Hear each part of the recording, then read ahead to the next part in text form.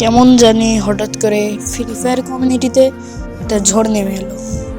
সর্বপ্রথম বটলা নাহিদ, তারপরে পরে রুবেল এবং নেহা ভাবিও আমাদের ছেড়ে চলে গেল।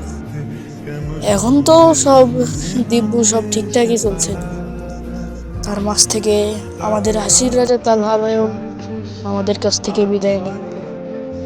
জানি না কি শুরু হয়েছে, ফ্রি ফায়ার তো বাংলাদেশের থেকে আনব্যান হয়ে গেল।